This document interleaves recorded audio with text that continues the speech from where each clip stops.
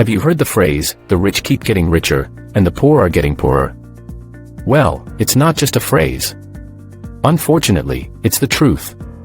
Despite the fact that millions of people are leaving poverty behind and are even becoming millionaires, most people will never make it. In 2020, America's 614 billionaires' net worth exceeded $3 trillion. The stimulus bill that supposes to help your average folk ended up helping the billionaires the most. At the end of the day, most people spent that money either on their basic needs or purchased some gadgets on Amazon. I guess Bezos was the ultimate beneficiary of the stimulus bill.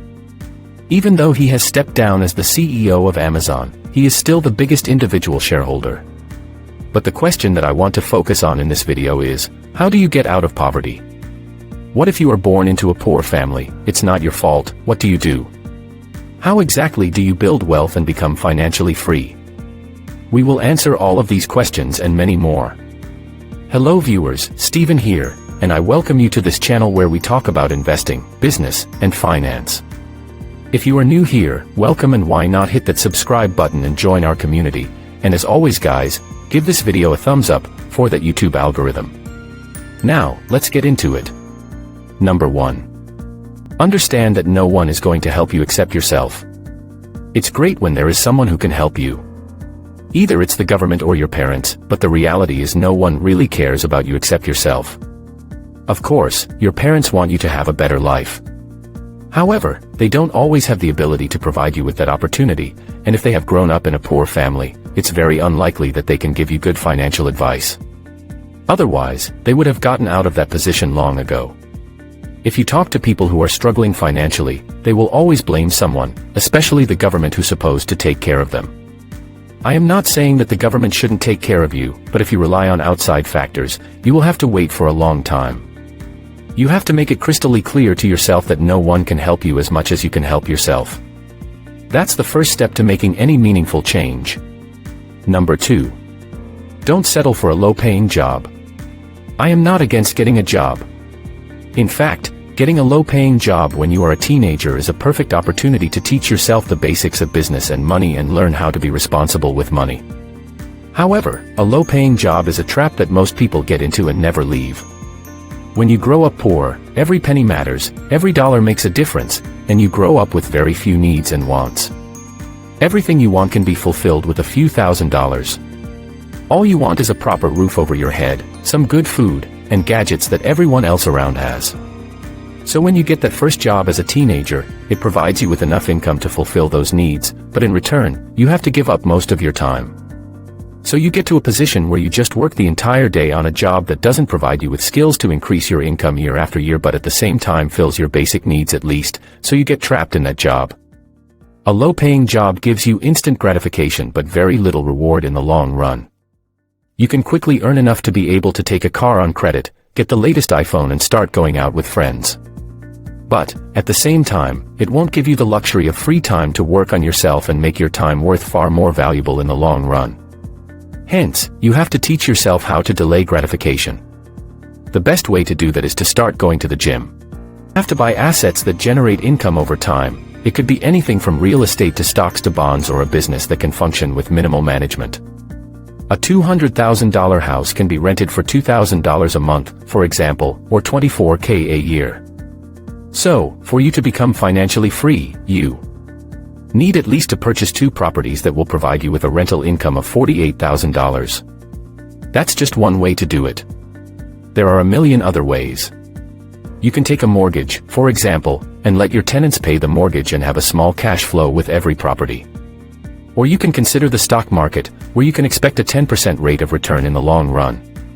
It doesn't matter what the plan is as long as it's there, and it seems like it has a good chance to work. Whether you are going to save 10% of your income to get there or 90%, it depends on you. So what should you do? Either find extra time after you are done with your job, or what I did back then is just minimize my expenses, deny myself some of the things so that I could work less to pay the bills, and suddenly I had some extra time to work on myself. If you are just starting out, pick up some books, find out what your strengths are, learn how the latest technologies work, and start something in that field. It's not going to happen overnight, but remember that you are in it for the long run. Number 5. Set up a boring but effective routine. Once you come up with a reasonable plan, it's time to set up a routine.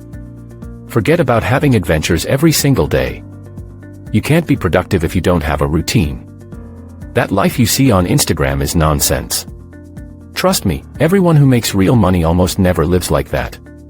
The life of a person who makes a lot of money is super boring. Yes, it's boring but yet effective.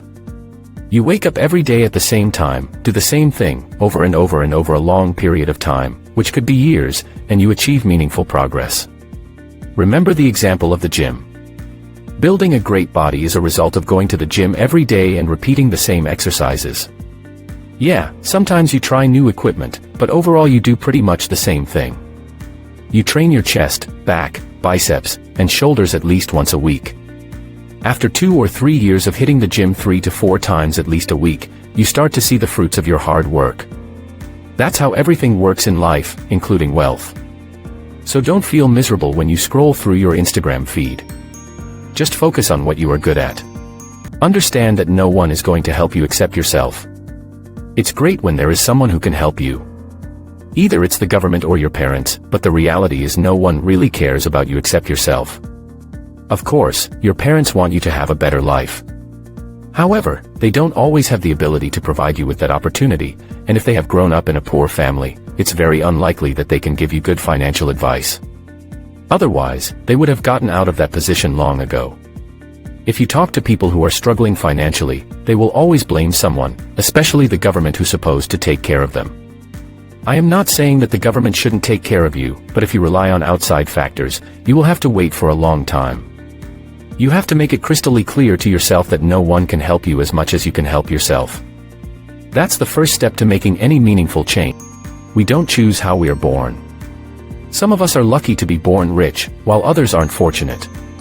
But as a wise man once said, it's not how you start that's important, but how you finish. If you are born poor, it's not your fault, but if you stay poor for the rest of your life, then it's your choice.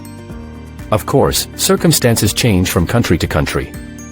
Being born poor in a first-world country like the United States is different than being born in the middle of the Sahara, where you do not have the infrastructure to start building wealth. However, with the rise of the internet, that has changed. You could be anywhere and yet still educate yourself and even build an entire business online. I hope you guys have enjoyed this video. If you did, give it thumbs up. And if you are new around here, then subscribe and turn on your notifications. We are trying our best to make great videos for you and hopefully help you achieve your financial goals. Give it thumbs up. And if you are new around here, then subscribe and turn on your notifications. We are trying our best to make great videos for you and hopefully help you achieve your financial goals. Thanks for your time, and see you at the next one. Bye for now.